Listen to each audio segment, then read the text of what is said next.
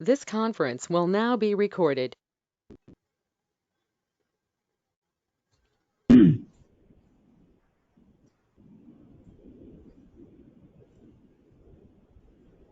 Chuck, are you still on?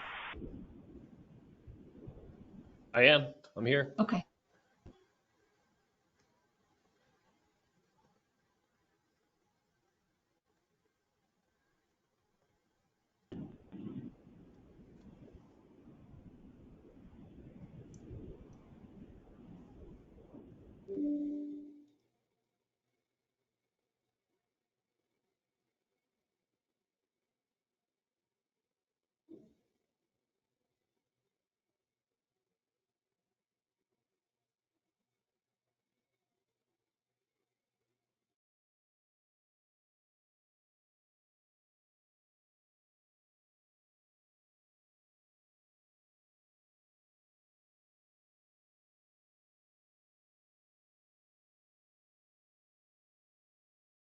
Okay. Hello, everyone. It is 12 o'clock on the East Coast, so we are going to go ahead and get started with our webinar. My name is Jessica Enix, and I would like to welcome you all to today's presentation, Ownership Succession in the Construction Industry. Before we begin, I'd like to review a few points of protocol so that you'll get the most out of your webinar experience. Remember, you are listening to this webinar via a conference service. If you are disconnected, repeat the steps that were given to you in the registration email. In order to reduce background noise, please mute your microphones during the presentation. If you have any questions during this webinar, please type them in the chat box. The chat icon is located at the top right-hand side of your screen. Our presenter will address questions as they become available or at the conclusion of the presentation. Please note that today's program is being recorded and will be available along with a copy of the presentation on the ASA online website at the end of the day today. Now it is my pleasure to introduce our presenter, Mr. Chuck Fenske. Chuck is a vice president in Houlihan Capital's investment banking group. He is responsible for leading day-to-day transaction execution efforts with a focus on the engineering and construction industry. Chuck has advised on a variety of engagements and transaction types, including valuation analysis, buyouts, and strategic M&A. Prior to joining Houlihan Capital, Mr. Fenske held positions with Pepper Construction, Knott Construction, and most recently with Pease Capital, where he led their valuation practice area and advised on sell and buy side transactions. Additionally, Mr. Fenske held leadership positions with Associated Builders and Contractors, ABC, and he served as a national board member, vice chair of ABC Ohio, and chapter chairman for ABC Central Ohio. Mr. Fenske holds a Master of Business Administration from Case Western Reserve University and a Bachelor of Science in Accounting and Construction Management from The Ohio State University. Mr. Fenske is a certified valuation analyst. As a registered member of FINRA, he currently holds Series 79 and Series 63 certifications. Ladies and gentlemen, please welcome Mr. Chuck Fenske.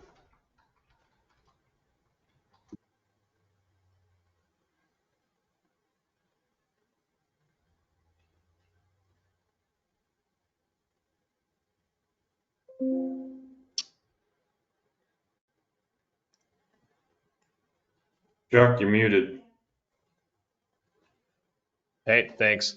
So I'll say that again. So first of all, Jessica, thanks for the warm introduction. I appreciate for many of you, you guys are probably on your lunch breaks, so I appreciate you guys taking the time to come and listen to the presentation.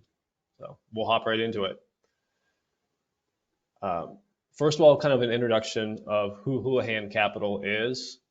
So we are about an investment bank focused on the lower middle market, and we have with two offices, one in Cleveland and then one in Chicago. We have 35 employees total. About 20 of those are in the valuation practice area, and the other 10 are in investment banking. And then we have 5 that kind of make up the administrative staff, HR, marketing, things like that. The valuation team, they give you some context. So as Jessica kind of mentioned when she made the introduction, I had previously done valuations. And so I was kind of, when I first joined the firm, kind of assumed that they did gift tax or estate planning valuations. But what they kind of spend most of their time doing are valuations for illiquid securities per SEC regulations. So think of hedge funds who may have illiquid positions. If you have, let's say, crypto or cannabis, they also do fairness opinions, solvency opinions. So these are, and they're kind of the list of things that they kind of work on.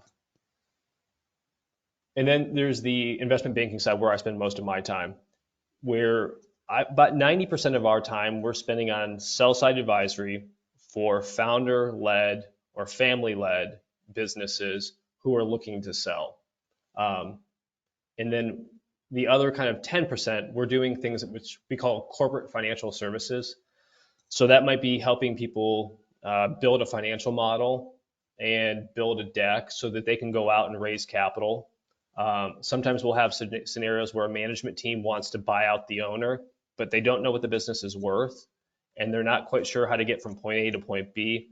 So we'll advise on that. And then we'll also do debt placements. So we're working on an engagement right now where we have a buyer and they're having a hard time securing debt. So we came in and we're going to help them kind of get the deal across the line. But that's kind of in a nutshell what we do on the investment banking side.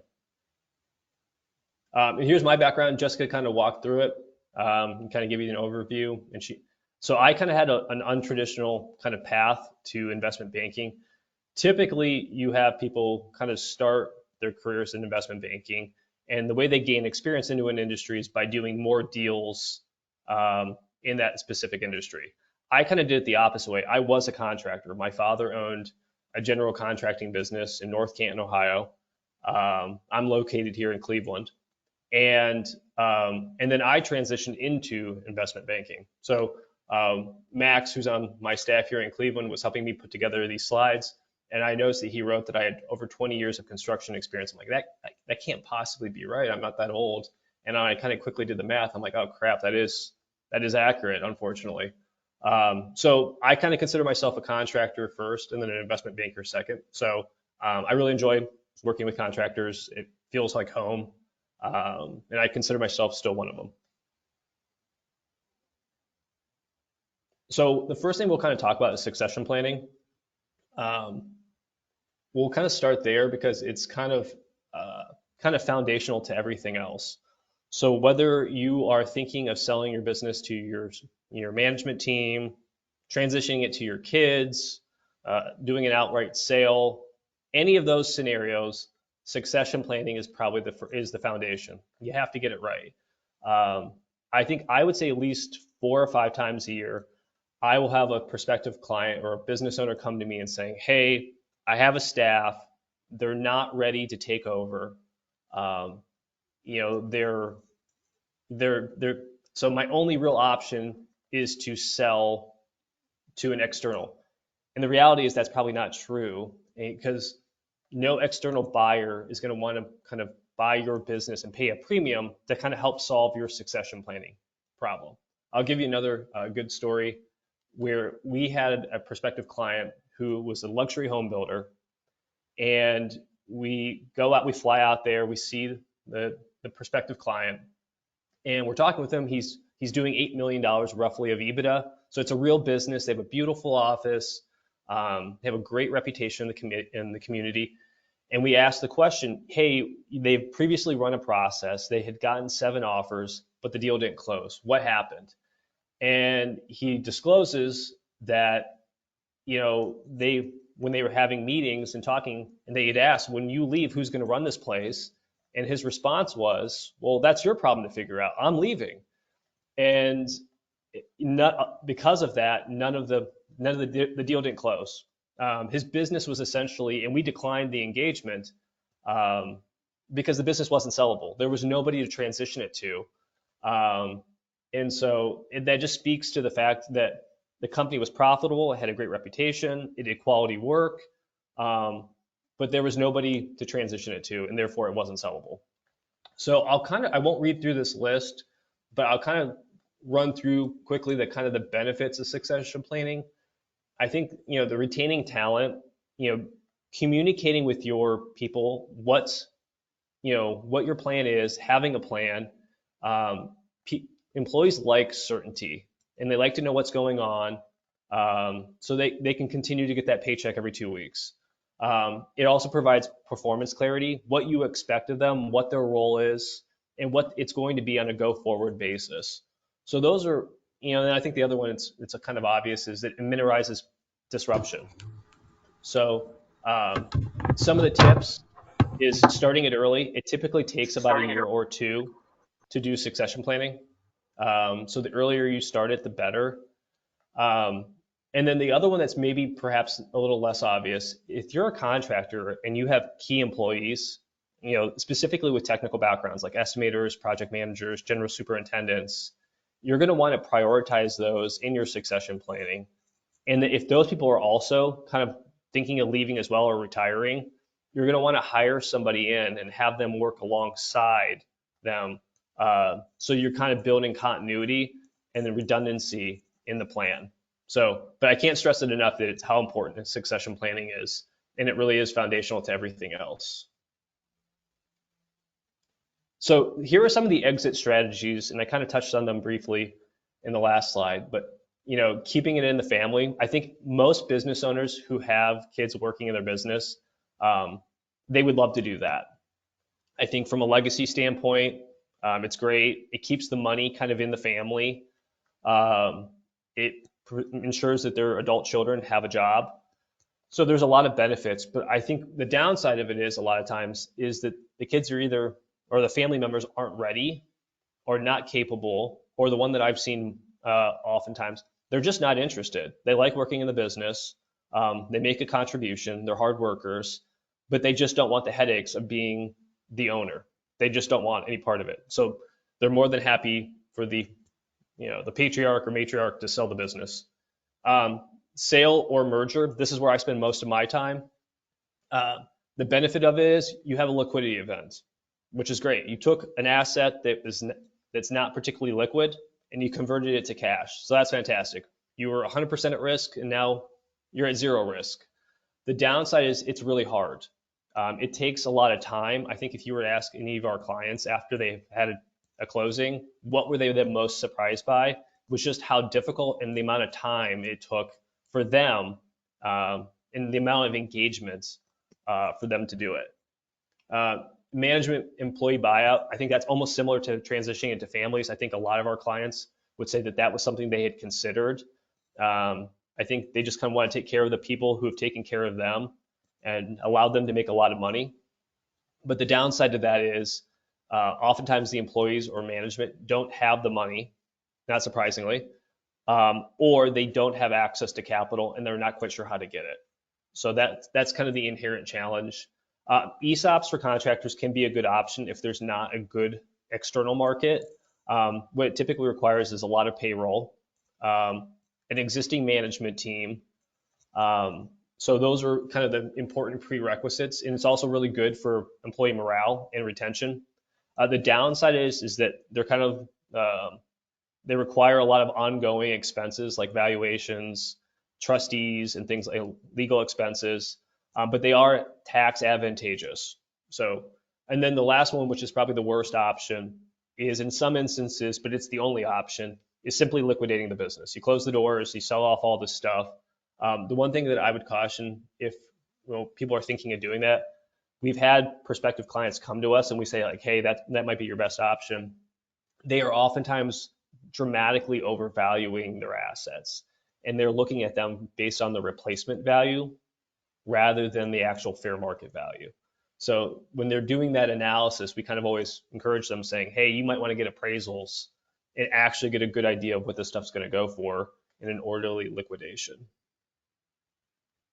So what do investment bankers do? So we do a couple different things. I would say in terms of a title, it is the least helpful title of any occupation because I don't do any investing and I don't take loans or deposits or do any of the banking as it's traditionally thought of. I think if you were asked my in-laws, I think they're endlessly confused about what I do for a living, but they do ask my wife periodically for my opinions on what the market's doing and where they should invest their money. So it's not clear based on title what we do. So here's what we do. We kind of, when we do sell-side advisory, what we're kind of doing is, think of us as kind of realtors for businesses. So we're preparing the business for sale. So we might meet with the client and say, hey, you need to kind of get your financials kind of ready, clean up the books, make sure you have your organizational documents kind of ready. We're gonna kind of, find buyers for the businesses. We're gonna manage the sale process. I think the one that's probably less obvious is adding credibility to the sale. We had a deal that closed this summer in July, and the client was approached by a buyer, and that's what prompted them to reach out to us to say, hey, is this a good number? You can imagine a buyer is not thrilled to find out that the deal they thought they were having was proprietary, was now going to be going through a process. So when we talked to the buyer, they said, it's not the end of the world. We're probably going to pay a little bit more, but the likelihood of the deal closing has probably just gone up dramatically.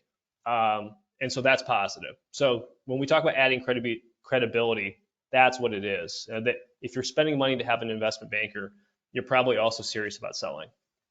Structuring the transaction, negotiating the deal, and then the other thing that I kind of touched on earlier is enabling the owner to run the business. It's really time-consuming selling business. It's almost a part-time job. And so when we're there, we kind of free up the owner to continue to run their business.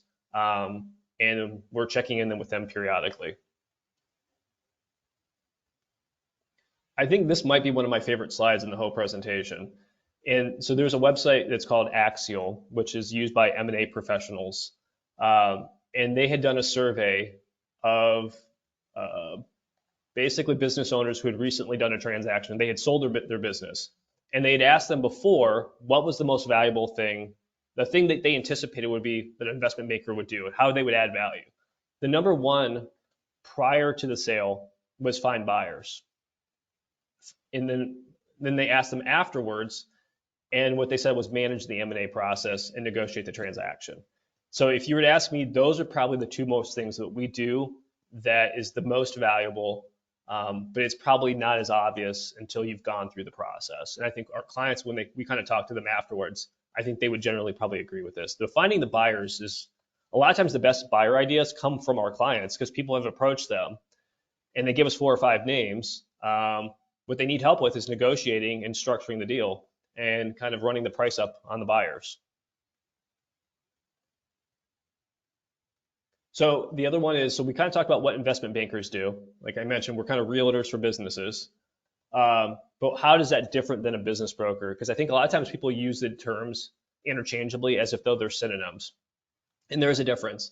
So investment bankers, we're typically dealing with deals or businesses that have a transaction value of somewhere between 5 to 100 million and up.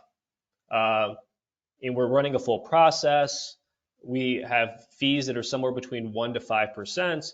And the other kind of important one is that we're required to be licensed by FINRA because it's a heavily regulated industry.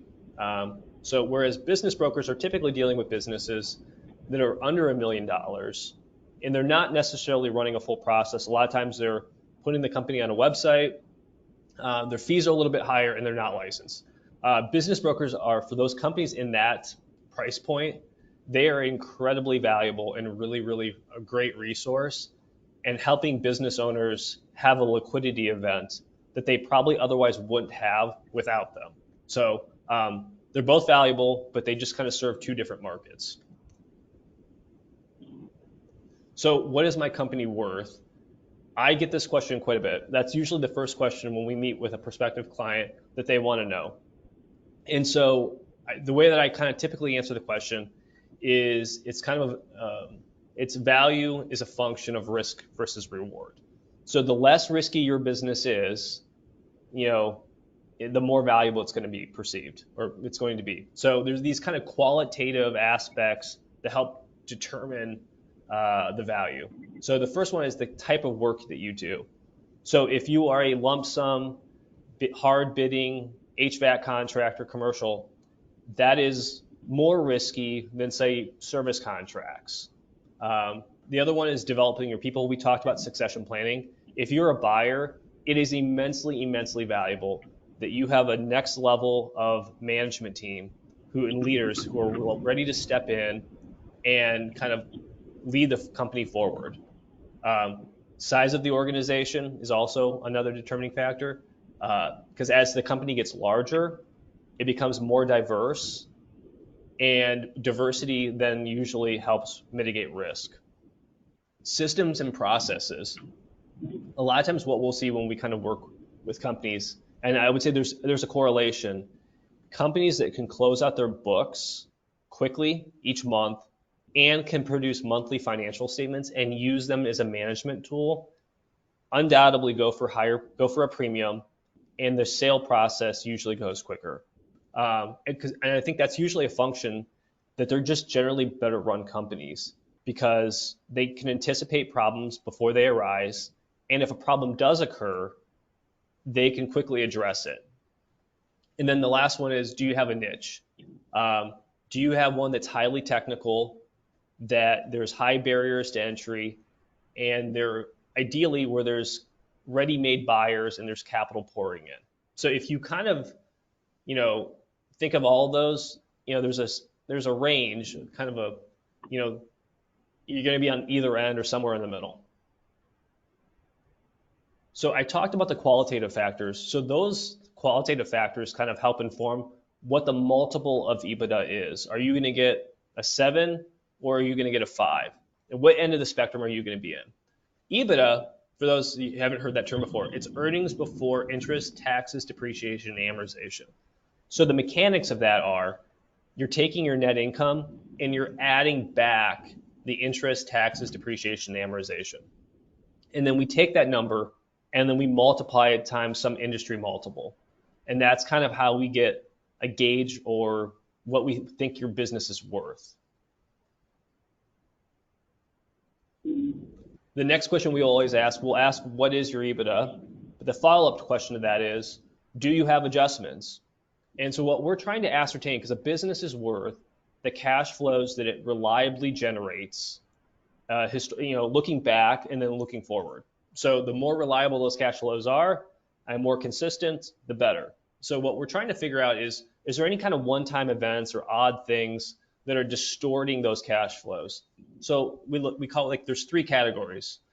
There's non-recurring or extraordinary events. So for contractors, a lot of times what I'll see is if we go to professional fees or services, so like accounting and legal fees on their income statement, it's like $30,000 every year. And then one year it skyrockets to 120. And you're like, you ask the client, what happened? And they're like, oh, we had this litigation and it was awful. And you're like, well, have you ever had litigation like that before? They're like, no. Do you anticipate having any litigation like that again? They're like, no. It was like this weird one-time thing, and it's a complete outlier. That's a scenario where we would take that $90,000, the difference between what it normally is from what it was that year, and we add it back to EBITDA because it distorts the profitability or the cash flows of that business.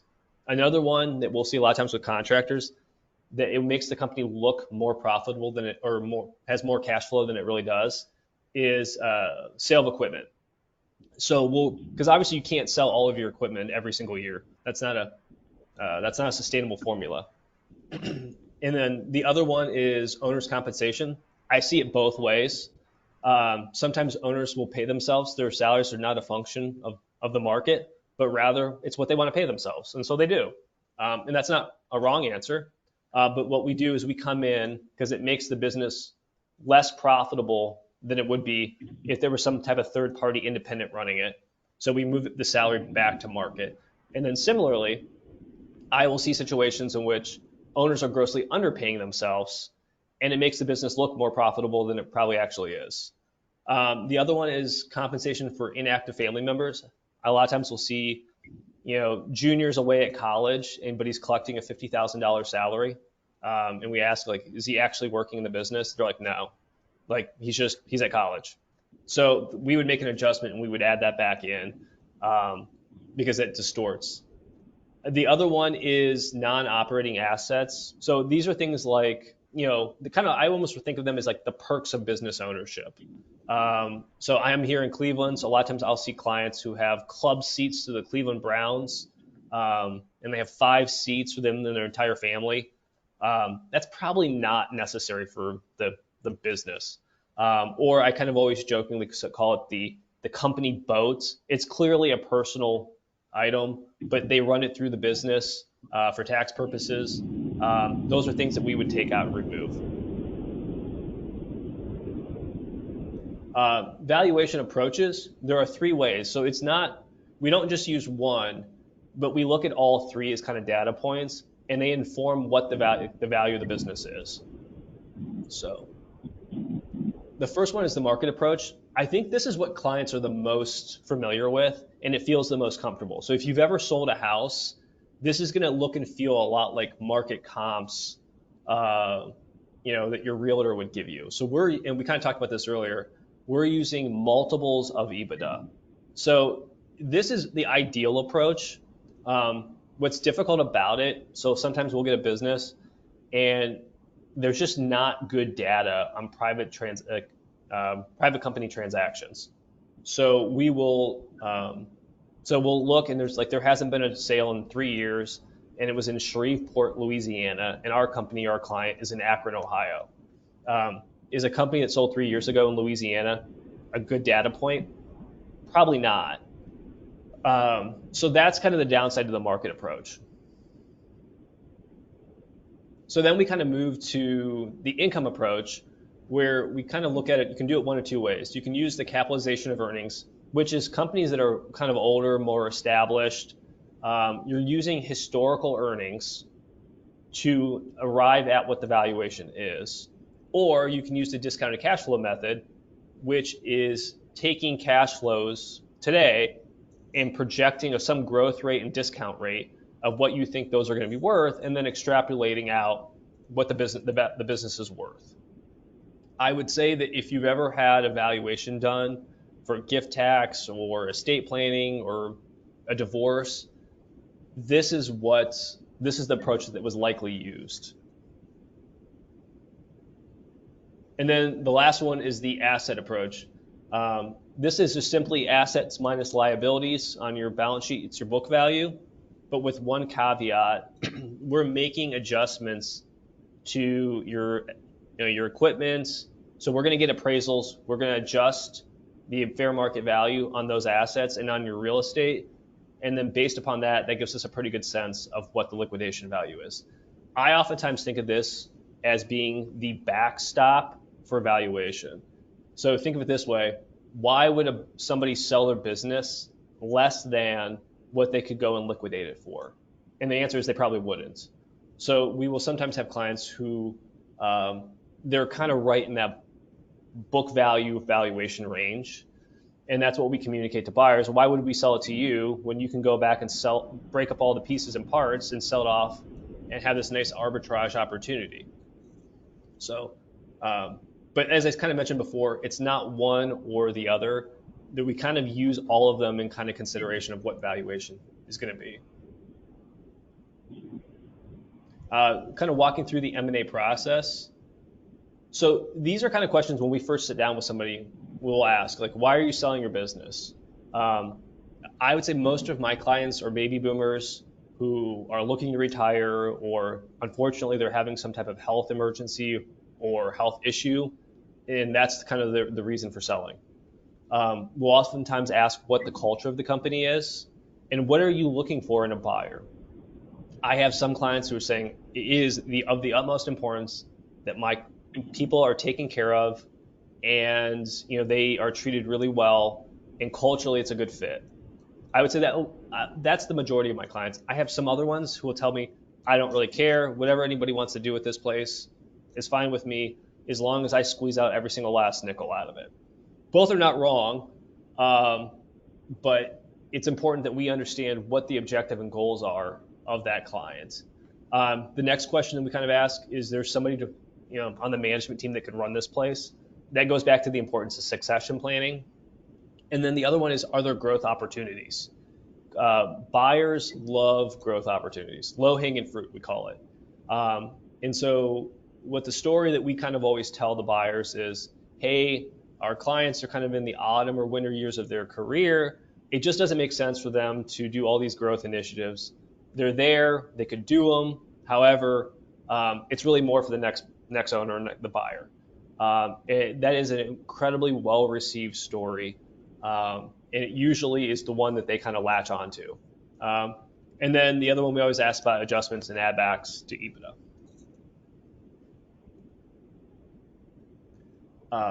I kind of touched on this earlier, where I think our clients are oftentimes surprised by the amount of time it takes to do, how much, we kind of demand of them, or that the process does. The other is how much information we're going to ask for. I think the obvious one is we're always going to ask for your financial statements and your tax returns.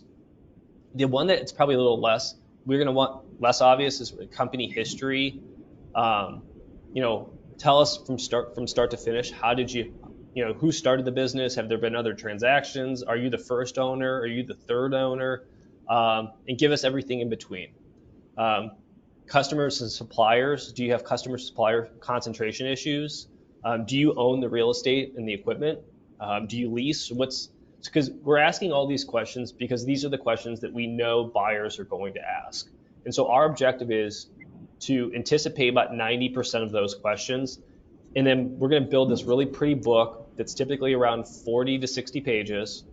And then once we get an NDA back from a potential buyer, we send that book out, and hopefully they're able to make an informed investment decision. So that's the reason we ask all those questions, or another investment banker would. So they're not just being nosy. It's relevant information that a future buyer is going to want to know. This is kind of the timeline. So I would say, in that upper left-hand corner, I would highlight, the time frame. If everything goes really well, you're looking at a 6 to 8 month time frame. I think the firm record at Houlihan is just under 5. But you should mentally kind of prepare yourself for 8 to 12. And I would say right now, banks are taking a little bit longer in terms of for debt. So buyers are having a more difficult time securing debt, and that's kind of dragging out the M&A process. So the first 4 weeks, the first month, is us just getting information from our clients and building the marketing materials. But that at least gives you a sense of what you should expect when you kind of initially think about and talk about selling your business. Broad versus targeted.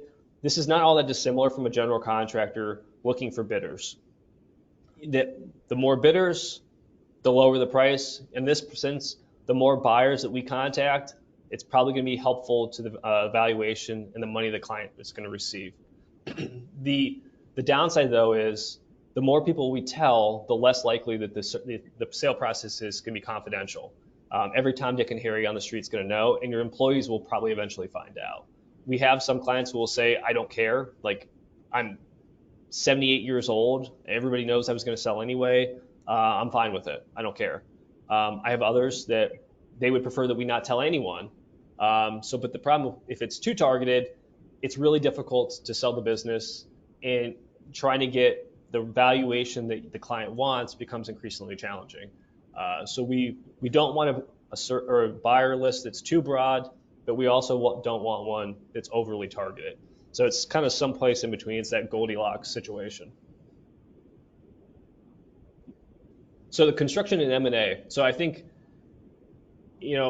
20 years ago, had you told someone, hey, I own a business, residential HVAC or, fire suppression, any of these kind of businesses, an electrical contractor, and you're like, I think I'm going to try to sell my business to private equity, they probably would have laughed and probably asked if you were on something. Like, there just wasn't any buyers. There was no private equity interest in the construction industry because it's cyclical, it's project-based, just terrible investments. That has changed in the last 5 to 10 years. That is not true anymore. And the reason for that is there are these macro themes in the economy that private equity is looking to take advantage of. So population growth, urbanization, infrastructure investments, technology advances, government policies and regulations, and environmental standards. These things together have piqued the interest of private equity and sophisticated investors, and they are now looking to make investments in the construction industry. So the other reason is, the reason private equity is interested in the construction was the same reason Willie Sutton was interested in banks, because it's where the money is. So if you look at non-residential construction from 2012 to 2023, if you look at that growth in spending, that's what they want. They want the money, and they're looking for contractors as a way to pull some of that capital and some of that cash. Whereas if you could juxtapose that with residential, it's been relatively flat. There's been some growth, but there's just not been the same amount of spending. So the smart money has taken note of the amount of spending in non-residential construction. So the other thing is that private equity is typically looking for an IRR of around 20%. That's kind of the hurdle rate that they need for investment. So IRR is the internal rate of return. It's kind of like your return on equity. And what you're seeing here is for all construction, you're getting an IRR of roughly 20%. Materials is at 32, engineering at 28, building products at 22, and then building tech at 17%. So what you're seeing is an industry, it's a good investment, and they've taken note. So materials is obviously the best, but as an industry as a whole, it's a good investment. The one that I thought was interesting is usually the larger deals are those are better returns. Not the case here in construction. From 0 to about 100 million of purchase price or the deal size, those are the best deals for private equity in the construction industry, and that's where they're focusing. And that's not entirely surprising, because that's where most of the construction companies are. It's kind of a fragmented industry, family owned. But if you're in that kind of size, in that time frame, that's kind of where they're focused. This is kind of the visual depiction of what I was talking about earlier. This graph 20, this kind of shows what is, of all the buyers, who is buying construction companies. So to kind of share with you kind of the M&A parlance, a strategic buyer is somebody who's, say, another contractor. So if you are a concrete contractor, a strategic would be maybe your peer or competitor in a contiguous metropolitan area. A financial buyer would be private equity, or a group of buyers have pooled money together and they're looking to buy something, or an individual. My favorite is the strategic backed private equity, where they have bought a company that is in your industry. Strategics usually can pay the most, and because they have synergies. There's a redundance, like they don't need another accounting department, they don't need another marketing department. And so they take those savings and they can pay a little bit more. So what we're seeing is over the last several years over the last couple of years, I should say, strategics make up about 2/3 of the market still.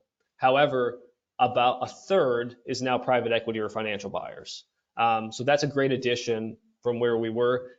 And what you're seeing is valuations in the construction industry are going up in certain segments.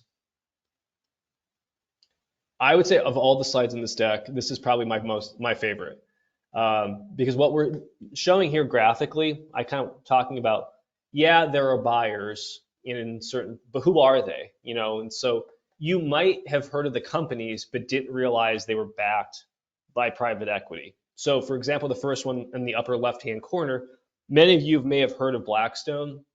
It is the largest, most successful, and publicly traded private equity firm in the country, maybe in the world. And they own an electrical and HVAC contractor called Legence, and they're actively looking to roll up businesses. Another one is True North. If you're a asphalt contractor in the Great Lakes region, that company is backed by Stonehenge. You may have heard, if you're a residential HVAC contractor, you've heard of Heartland Home Services. That's backed by North Branch Capital. So these are groups who are contractors, but they have the capital, backing, and sophistication as a buyer of private equity. The other one that I think is kind of interesting is HGGC, which is a fire protection contractor, and they're actively looking to roll up that industry. is owned by and founded by the Hall of Fame quarterback Steve Young. So I was a little surprised when I saw that. Didn't realize he was in private equity. So I think that at least hopefully will give you some idea of who these groups are. And this is kind of smart money is giving the endorsement of the construction industry. So this is kind of, if there's any questions, I'm more than happy to answer them. Feel free, if you have questions afterwards, to email me or give me a call. I have my cell phone on here, but I'll kind of open it up for any questions. You feel free to add them in the chat section. Okay, thank you, Chuck, for your presentation. Again, as Chuck said, if you have any questions, please type them in the chat box. The icon is located at the top right-hand side of your screen. So we'll give everybody a couple of minutes to type those questions in.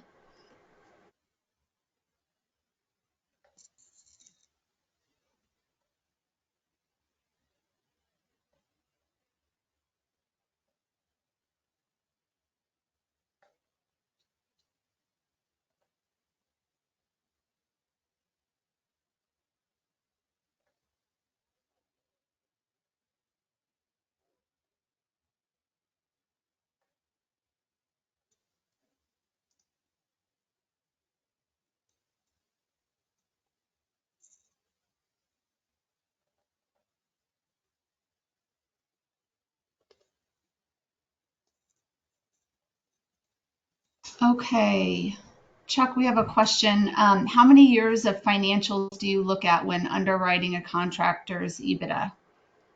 Yeah, we're typically looking for 4 or 5 at minimum. And then we're also looking for trends. So I think the trend line is really important.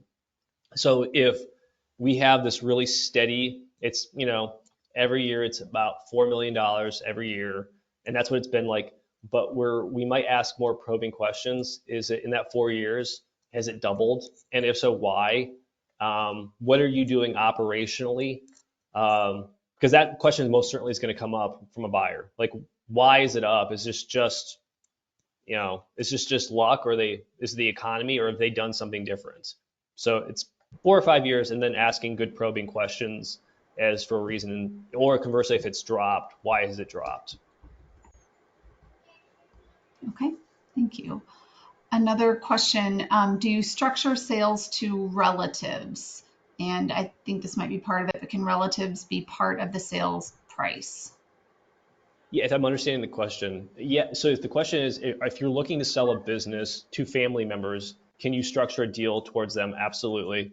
And that's a function of, you know, kind of working towards a agreed upon what's a fair market value for that business.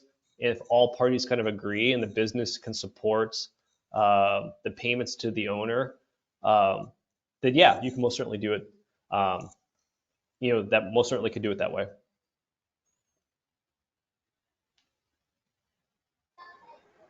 Okay, someone also asked, will a recording of the session be available? And the answer to that is yes. We will have this recording along with the slideshow presentation available on the ASA online website at the end of the day today. Chuck, another question. How do you handle the PPP funds received in evaluation? Yeah, so we typically will add those back. And I think there's kind of two schools of thought. So a lot of times contractors, um, you know, I didn't see a lot of change in their financials, unlike restaurants. So we'll remove those PPP funds because it kind of distorts the income. Is for contractors, how we typically we address it.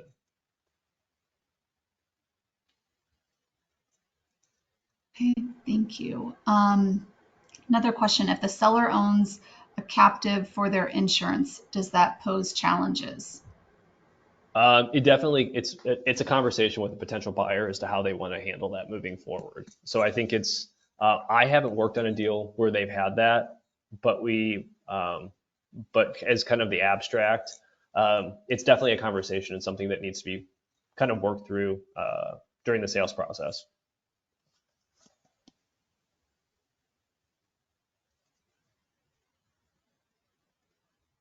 Okay, are there any other questions? I'm not seeing any more come in right now. I think Frank just posed another one. Oh. Yes. Can you sell your businesses with a portion of it to be given to an employee that stays on after the sale? Yeah, so I think so the answer is always everything is possible. What my guess would be, what a business owner or a buyer would prefer is, this is not a lot of times the owners want to take care of the employees. We want to kind of as a thank you. So there's a couple different ways you can do it. One, you can take the proceeds that you've gotten and basically say, here you go, Susie or John, thanks for all your hard work. Here's a check. That is not uncommon.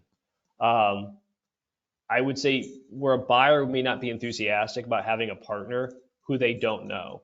But what they will do a lot of times is some type of profit sharing or management equity bonus where they can earn equity through performance. Um, but that's usually kind of slicing out and selling 75% or 90% and leaving it to one person. That's not typically the way they do it. Okay. In your experience, what is the most common reason why a construction industry deal falls apart and doesn't reach the finish line? Yeah, I would say from my experience, finding buyers is not the hard part. Where I've had clients where deals have kind of stumbled or they don't get to the finish line is, and this is not even a finance function, it's more of a psychological one, is clients simply, they recognize themselves as Susie or John Q business owner. And once they start getting offers and we're like, we're going to close in 90 days, it becomes very real to them that they're going to have a lot of time on their hands. And I think that kind of freaks them out. So I had a deal where I think the client just got spooked. Um, but it's usually we can find buyers and we can get the valuations that clients are expecting. Um, so it's not so much an industry thing, is it rather is the owner psychologically ready to part with something that they almost view as a child?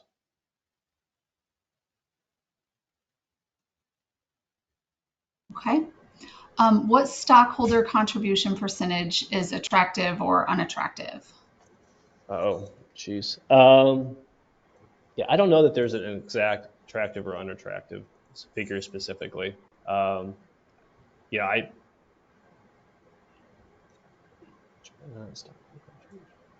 don't, I think is, I would say it doesn't, there's not a specific number would be like Okay. my best answer. Okay. The buyers are assumed to be very financially savvy. Contractors are unique in that they need surety bonds, which are approved by the strength of their financials and perhaps personal net worth. How are these challenges addressed? Yeah, so that is the nuance and the challenge of doing deals in specifically construction. The good news is that they're private equity is well aware of that, and so they're going to have to work with the sureties, and they're going to have to be comfortable with whatever you know whatever surety they have. The surety is going to have to get comfortable, or they're going to have to find a new one.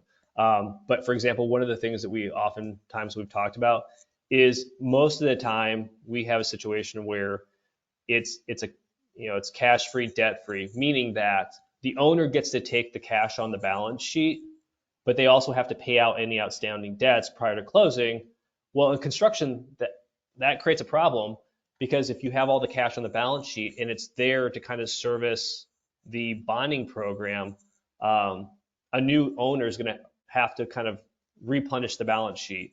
So a lot of times what we say is they have to kind of leave that cash on the balance sheet to kind of support the bonding program.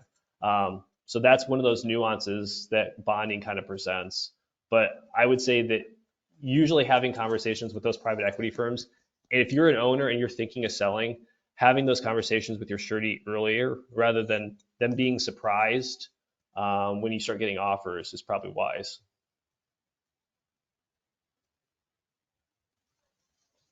Okay. What is the minimum size of deal that you'd engage with? Typically, we're looking for companies that usually have a minimum of EBITDA of around $2 million. So that's usually kind of the threshold. We've made some exceptions, like for example, residential HVAC. that is such a hot industry that, and they sell at such high multiples that we've taken on some smaller deals in that space because they're really good deals and there's lots and lots of buyers, so you can close them out pretty quick.